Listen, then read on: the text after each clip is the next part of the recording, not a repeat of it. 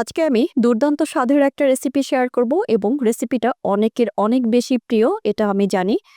তবে আমি অনেক বছর পরে আমি এই রেসিপিটি ট্রাই করেছি। বলা যায় জীবনের প্রথমবার। যাই হোক, রেসিপিটি হচ্ছে টাকি মাছ ভর্তা।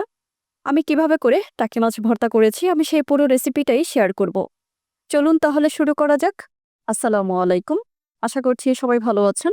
ভর্তা করার জন্য প্রথমে এখানে আমি শুকনো মরিচ ভেজে নিচ্ছি। শুকনো মরিচটা কিন্তু আমি সরিষার তেলে ভেজে নিচ্ছি। এবার শুকনো মরিচ ভাজা হয়ে গেছে, আমি শুকনো মরিচটাকে তুলে নিয়েছি। এরপরে এখানে আমি পেঁয়াজ, রসুন এবং কাঁচামরিচ ভেজে নিচ্ছি ভালো করে। পেঁয়াজ, রসুন, কাঁচামরিচ এটা ভাজার সময় অবশ্যই একটু তেল বেশি দিয়ে নিতে হবে। তেলটা একটু কম হয়ে গিয়েছিল, এরপর আমি তেল বেশি করে দিয়ে দিয়েছি। সরষের তেল হওয়াতে একটু ফেনা ফেনা হয়ে গেছে, এই যে দেখাই যাচ্ছে আমি একদম পুরো বেরেস্তা করে ফেলেছি। এরপরে তুলে নিয়েছি। এরপরে এখানে আমি টাকি মাছটাকে ভেজে নিয়েছি। টাকি মাছ এখানে হলুদ, মরিচ এবং লবণ দিয়ে আগের থেকেই মাখিয়ে রেখেছিলাম। এরপরে এখানে এপাশ ওপাশ করে আমি ভালোভাবে ভেজে নিচ্ছি টাকি মাছ। দেখাই যাচ্ছে আমি কিভাবে করে ভেজে নিয়েছি। এরপরে এখানে আমি টমেটো দিয়ে দিব। টমেটোটাকেও ভালোভাবে ভেজে নিচ্ছি। একদম পোড়া পোড়া হয়ে যাবে যখন, ওরকমভাবেই আমি টমেটোটাকে ভেজে নিয়েছি। দেখাই যাচ্ছে কিভাবে করে আমি টমেটো ভেজে নিয়েছি। সবগুলো কিন্তু ভালোভাবে ভেজে তারপরে আলাদা করে নিয়েছি। ফাইনালি টমেটোটা ভাজা হয়ে গিয়েছে। এরপরে এখানে আমি ভর্তা করে নিচ্ছি। আমি যেই ফ্রাই প্যানের মধ্যে সব ভাজাভাজি করেছি আমি সেখানেই কিন্তু ভর্তা করে নিচ্ছি।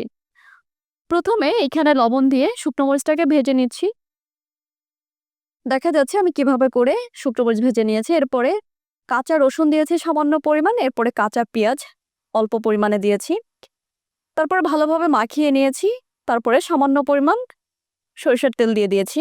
সরিষার তেলটা চাইলে ব্যবহার করতে পারেন, না হয়তো স্কিপ করতে পারেন। এরপরে ধনিয়া পাতা দিয়ে দিয়েছিলাম। সবকিছু দিয়ে ভালোভাবে মাখিয়ে নিয়েছি। তারপরে আমি যে টমেটো ভেজে রেখেছিলাম সেই টমেটোটাকে মাখিয়ে নিয়েছি। এরপরে এখানে টাকি মাছগুলো দিয়ে দিচ্ছি। টাকি মাছের কাঁটা ছাড়ানোটা একটু কষ্ট। আমি এখানে টাকি মাছের কাঁটা আগে ছড়িয়ে নিয়েছি, তারপরে আমি হালকা করে পাটায় বেটে নিয়েছি, যাতে করে যেই কাঁটাটা থাকবে সেটা যেন একদম মিশে যায়। এর জন্য আমি একটু হালকা করে বেটে নিয়েছি।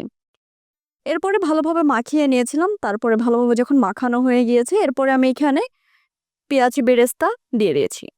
পেঁয়াজ বেরেস্তা দিয়ে তারপর আরেকটু ভালোভাবে মাখিয়ে নিয়েছি। এই তো হয়ে গিয়েছে আমার আজকে টাকি মাছ ভর্তা।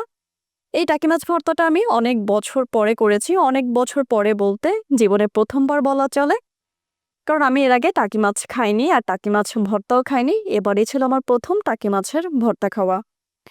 যাই হোক, এই হচ্ছে আমার আজকের টাকি মাছ ভর্তা রেসিপি। আশা করি রেসিপিটা আপনাদের ভালো লেগেছে।